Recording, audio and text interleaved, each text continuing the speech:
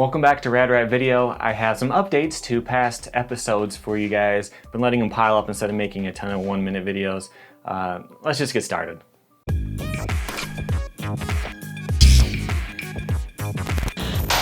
Welcome to Rad Video. If this is your first video, it probably shouldn't be, but I guess you'll get an idea of the kinds of stuff I talk about here, trick histories, and all kinds of skateboarding topics. But I have a few updates to my earlier videos that I want to get into.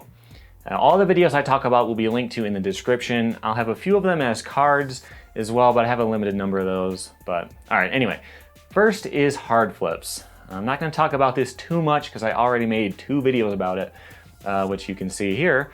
My first one concluded that it was Dan Gallagher who invented them, and then I updated it and said maybe it was Greg Carroll in 1987 or Sean Mandoli around 1990 or so. But it's all really murky. Terry Sinnott showed me a clip of the best street skaters in the world in 1986, and they're struggling with kickflips. So the idea that some guy did a more advanced flip trick with a street board only a year later, pretty unlikely. It might have happened, or Mike might have remembered the date wrong, or maybe it was actually a pressure flip, or it was just kind of a fluke. There's just no way to be 100% sure. And the date on the Sean Mandoli video was wrong in the first place. The filmer said it was from the 80s, but it's clearly not. So it's completely possible that it was even more wrong than I assumed. I wanted to take a freeze frame of his graphic on his deck and try to figure out what deck he was riding and then figure out the date from there. But the thing is, I don't have dates on the other guys, and Carroll would have beat them both if his happened the way Mike remembers it happening. There's just no way to know. But I did find some more really early hard flips, like this one from William Guyon. In Big Pants Small Wheels from 92, he did a hard flip and a late hard flip, which is pretty crazy. Anyway, it's tough to say what really happened in a completely definitive way, but I'm still leaning toward Gallagher still. Next up is Ghetto Birds. I mentioned in the video that I never saw him do another one, and a commenter showed me this one. Sorry, I lost where I wrote down your name. I know Shiloh GR mentioned it, but someone actually sent me a link too. Anyway, that's a straight up Ghetto Bird. It's not hugely important, but there it is. Now, I wish I had this clip when I made the video explaining what it was, because it makes it very obvious that it's actually a big spin just with the 180s separated. A lot of people got hung up in that video on me saying that the nollie hard flip is backside and the late 180 is backside. If you don't know why spin directions are backward, the video about that right there. But the point is that the spin is continuing in the same way, not rewinding, like what people call it these days. Also, Bass No God sent me this one from the Action Tour. Thanks for sending that. I guess it was more of a signature trick than I originally thought, although both of those were after the original one.